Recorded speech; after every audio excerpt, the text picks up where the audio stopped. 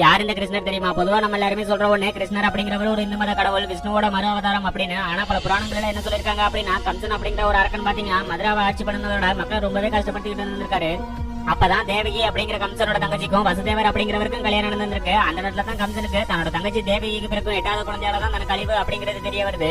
உடனே கம்சன் தேவகியை கொல்ல முடிவு பண்றாரு. அதுக்கப்புறம் சரி தனக்கு குழந்தையால தான் அழிவு, குழந்தைய மட்டும் கொல்லலாம் அப்படின்னு முடிவு பண்ணி வசுதேவரையும் தேவியையும் தன்னோட அரண்மனையில அடைச்சு வச்சு அவங்களுக்கு பிறகுற குழந்தையெல்லாம் கொல்ல ஆரம்பிச்சிருக்காரு. அப்ப இயற்கையின் விதியால பலராமர் அப்படிங்கிற தேவகியோட 7வது மகன் ரோஹிணியோட மகனா கோகுலத்துல பிறப்பாரு. அதுக்கப்புறம் விஷ்ணுவோட 8வது அவதாரமா தேவகிக்கு பிறந்த ஒரு குழந்தை தான் கிருஷ்ணன். உடனே வசுதேவர் பாத்தீங்கன்னா கிருஷ்ணனை கோகுலத்துல இருக்கிற நந்தன வீட்டுல வச்சுட்டு அங்க இருக்கிற ஒரு பெண் குழந்தைய கொண்டு வந்துருவாரு. உடனே கம்சன் இதுதான் 8வது குழந்தைன்னு அந்த பெண் குழந்தைய கொல்ல போகும்போது அது துர்க்கியா மறு அவதாரம் எடுத்து கோகுலத்துல வளர்ற ஒரு குழந்தையால தான் உனக்கு மரணம் அப்படின்னு சொல்லி மறைஞ்சிடும். அதுக்கப்புறம் கிருஷ்ணர் தனக்கு 13 வயசு ஆகும்போது கம்சன் அப்படிங்கிற அரக்கன் அழிச்சு தான் விஷ்ணுவோட மறு அவதாரம் அப்படிங்கறத நிரூபிப்பாரு.